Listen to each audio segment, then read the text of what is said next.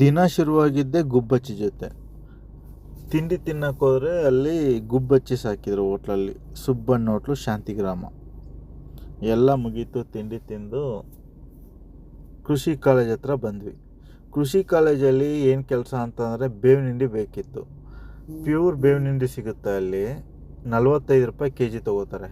ಹೊರಗಡೆ ತುಂಬ ಕಡಿಮೆ ಸಿಗುತ್ತೆ, 20 ರೂಪಾಯಿ 25 ರೂಪಾಯಿಗೆಲ್ಲ ಸಿಗುತ್ತೆ. ಬಟ್ ಇಷ್ಟು ಪ್ಯೂರ್ ಇರಲ್ಲ.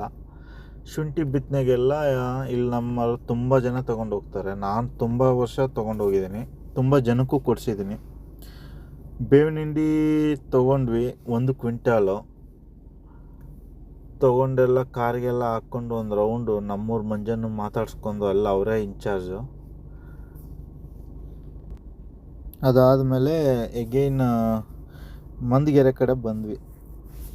ಮಂದಗೆರೆ ಹೊಳೆ ಹತ್ರ ಹೋಗಿ ಮಸ್ತ್ ವೆದರ್ ಇತ್ತು. ಹೊಳೆ ಹತ್ರ ಒಂದು ಬಿಯರ್ ಹಾಕಿ ಸಂಜು ಬೈಕ್ ಬತ್ತು, ಒಂದು ರೈಡ್ ಹಾಕ್ತೆ. ಶುಂಠಿ ಹಾಕೋರು ಕೂಡ ಬಂದಿದ್ದರು. ಏನು 16 ಜನ, 20 ಚೀಲ ಮಧ್ಯಾಹ್ನದೊತ್ತಿಗೆ ಇಲ್ಲ ಅನಿಸಿದ್ರು. ಶುಂಠಿ ಹಾಕಿ ಮೇಲೆ ಹುಲ್ಲಾಕಿ ಎಲ್ಲ ಕೆಲಸ ಕೂಡ ಮಾಡಿ ಮುಗಿಸಿದ್ರು. ನೀರು ಆನ್ ಮಾಡೋಕ್ಕೆ ಹೋದರೆ TC ಸುಟ್ಟೋಯ್ತು. ಮುಗೀತು ಒಂದು ಗ್ರಾಚಾರ ಇವತ್ತಿಗೆ.